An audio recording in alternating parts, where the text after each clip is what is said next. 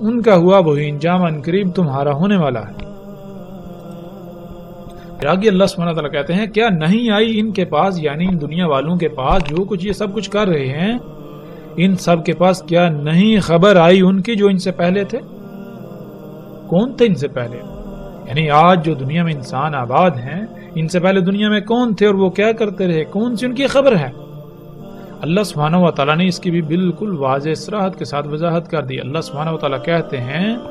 کہ کیا ان کے پاس جو ان سے پہلے تھے، قوم نوح، قوم عاد، قوم سمود، قوم ابراہیم اور اصحاب مدین اور وہ بستیاں جنہیں الٹ پلٹ کر دیا گیا، آئی ان کے پاس جب رسول بالبینات، بینات کے ساتھ، یعنی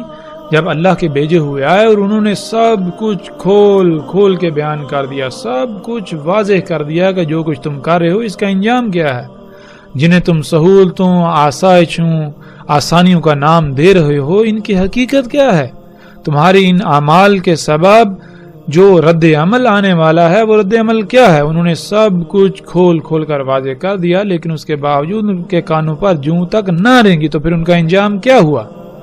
یہی اللہ سبحانہ تعالیٰ پوچھ رہے ہیں، کیا ان کے پاس ان کی خبر نہیں پہنچی؟ ہاں، ان کے پاس خبر پہنچ چکی، تو پھر جان لیں ان قریب ان کے ساتھ بھی بالکل وہی ہونے والا ہے جو قوم نوح کے ساتھ ہوا، جو قوم عاد اور قوم سمود کے ساتھ ہوا، جو قوم ابراہیم اور اصحاب مدین کے ساتھ ہوا، اور جو ان بستیوں کے ساتھ ہوا جو الٹ پلٹ دی گئیں، جنہیں آسمانی مصیبتوں، عذابوں، سیلابوں، طوفانوں، زلزلوں نے آ لیا۔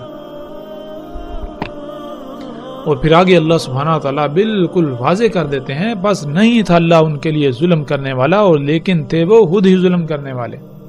یعنی کہ ایسا ہرگز نہیں ہے کہ اللہ سبحانہ وتعالیٰ جان بوجھ کر ان پر عذاب لے کر آئے، ان کو الٹ پلٹ کیا، ان کو تباہ کیا، ان کو غرق کیا، ان کو الکاریا کا شکار کیا، نہیں، بلکہ یہ سب کچھ ان کے اپنے ہی کرتوتوں کا نتیجہ تھا، یہ سب کچھ انہوں نے خود ہی کیا، کیونکہ اللہ سبحانہ وتعالی نے سب کچھ حق کے ساتھ خلق کیا۔ اگر اللہ کی ہدایات کے خلاف عمل کیا جائے گا تو وہ اعمال انسان کے اوپر ہی